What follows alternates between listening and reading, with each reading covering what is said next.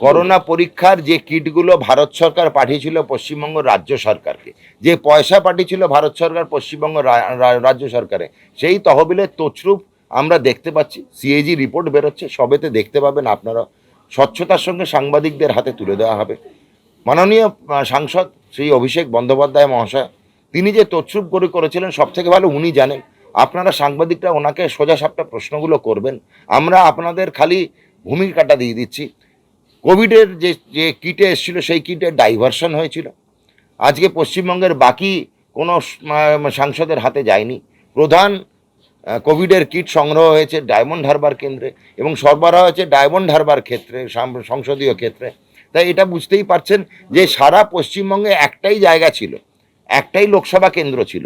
বাকি বাঙালিরা কি দোষ করেছিল আমি জানি না, হয়তো তারা অভিষেক বন্দ্যোপাধ্যায়ের সান্নিধ্যে আসতে পারেননি।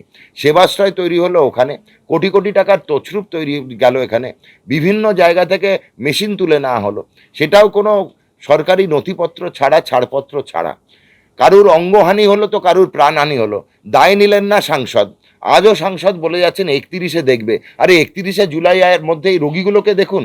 2031 তো অনেক দূরের কথা। আপনি দেখবেন কি নাক দেখবেন সেটা পশ্চিমবঙ্গের জনগণ ঠিক করবেন। আপনার ঔদ্ধত্য আগেও তারা দেখেছে, এখনও দেখতে পাচ্ছে। আপনি ঔদ্ধত্যটা কমান, তাহলে কিন্তু জনগণ, বাংলা এবং বাঙালি বাঁচবে। কেন আমাদের শুনতেও খারাপ লাগছে, ভোটে তো প্রত্যাখ্যান করেইছে তারা, এখন আমাদের টিভির পর্দায় আপনাকে দেখতেও বাংলা ও বাঙালির খারাপ লাগছে। এই ঔদ্ধত্য সহ্য করা যায় না। তৃণমূলী সবাইরা সরে গেছে এবং গতকাল পার্থ চট্টোপাধ্যায়ও বললেন যে ওনার ঔদ্ধত্য এতক্ষণ সাংঘাতিক। একজন উদ্ধত পলিটিশিয়ান, যিনি ঔদ্ধত্যের জন্য প্রখ্যাত ছিলেন পার্থবাবু, তিনি বলছেন অভিষেক উদ্ধত। তাহলে ভাবুন আপনার ঔদ্ধত্যের জের এবং পাওয়ার কতটা। এবং এই অভিষেক বন্দ্যোপাধ্যায়ের বিরুদ্ধে আরও একটা অভিযোগ মেডিকেল কাউন্সিলের কাছেও গেছে, যে তিনি চোখের ডাক্তার, যে চোখের ডাক্তার তার মেডিকেল রেজিস্ট্রেশন নাম্বার নেই, কোথাকার বাসিন্দা কিছু নেই, সেই প্রেসক্রিপশন দিয়ে তিনি আমেরিকায় যাচ্ছিলেন। প্রত্যেকটি সেবাশ্রয়ে যে ডাক্তাররা ছিল তারা কেউ পাশ করা আয়ুষও না, এমবিবিএসও না। উনি যাকে দেখান সেই ডাক্তারের সংশয় রয়েছে। তো উনি আসলে দুর্নীতিটা না ওনার ডিএনএতে ঢুকে গেছে, ওনার রক্তর থেকেও মজ্জায় ঢুকে গেছে। উনি ওখান থেকে বেরোতে পারেন না, উনি সোজা রাস্তা দেখতে পারেন না চোখে, সবসময় বেকা রাস্তা দেখেন। দেখলেন না, সবাই চলে আসুক তবে আমি পদত্যাগ করব। লোকে তো এরকম রাইডার বা কারণ দিয়ে পদত্যাগ করে না, লোকে পদত্যাগ এমনি করে। উনি পদত্যাগ করুন, বাকি তৃণমূলীরা দলে ফিরে আসতো। উনি উল্টোটা বললেন, সবাই চলে আসুন তারপরে আমি পদত্যাগ করব। মেডিকেল কাউন্সিল কি এই ব্যাপারে কোনো মেডিকেল কাউন্সিল যথাযথ পর্যবেক্ষণ করবে। Medical council, West Bengal medical council ডাক্তারদের জন্য এবং রুগীদের জন্য একইভাবে কোয়াসি জুডিশিয়াল বডি বা সেমি জুডিশিয়াল বডি।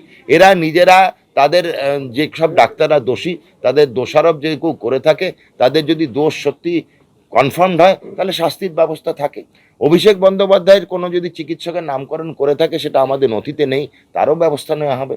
তাহলে ভুয়ো ডাক্তার বা ফেক ডাক্তার হিসেবে চিহ্নিত করা হবে। দেখতে হবে তিনি ডাক্তার কিনা প্রথম, 2 নম্বরে উনি চক্ষুরোগ বিশেষজ্ঞ কিনা। অভিষেক বন্দ্যোপাধ্যায়ের কথায় আর পশ্চিমবঙ্গ চলে না, আমাদের কথায় পশ্চিমবঙ্গ চলে, সংবিধানের কথায় পশ্চিমবঙ্গ চলে। আমরা নিয়ম মেনে চলি, ওটাই আমাদের শাসন। আমতলায় যে অভিষেক বন্দ্যোপাধ্যায়ের যে বাটি অফিস, লিপস অ্যান্ড বাউন্সের যে সম্পত্তি, সেখানে রাজ্য বলছেন যে সেই সম্পত্তি কোনো ভাঙা হয়নি। তাহলে এতদিন কোন সম্পত্তিকে অভিষেক বন্দ্যোপাধ্যায় নিজের সম্পত্তি বলে দাবি করছে? ওর কোনো সম্পত্তিটাই মনে হয় নিজে না, যাই যেটাই হাত দেওয়া হয় দেখা লিপস অ্যান্ড বাউন্স চলে আসছে। কোনোটাতে আবার সায়নী ঘোষ চলে আসছেন, কোনটা নিজের আমি জানি না। আবার সায়নী ঘোষ বলছে আপনার সঙ্গে ওনার সম্পর্ক নেই, উনি এখন অন্য দল। এখন কোন কালীঘাট, কোন তৃণমূলের কোন কালীঘাট আর কোন তৃণমূলের কোন হরিশ্চন্দ্র সেটা তো আমি জানি না। এটুকু জানি যে এরা কেউ তুলসী পাতা নয়, প্রত্যেকটি চোর, কেউ বেশি চোর কেউ কম চোর, কিন্তু চোর নয় এরকম তৃণমূল হয় না। সোনার যেমন পাথর বাটি হয় না।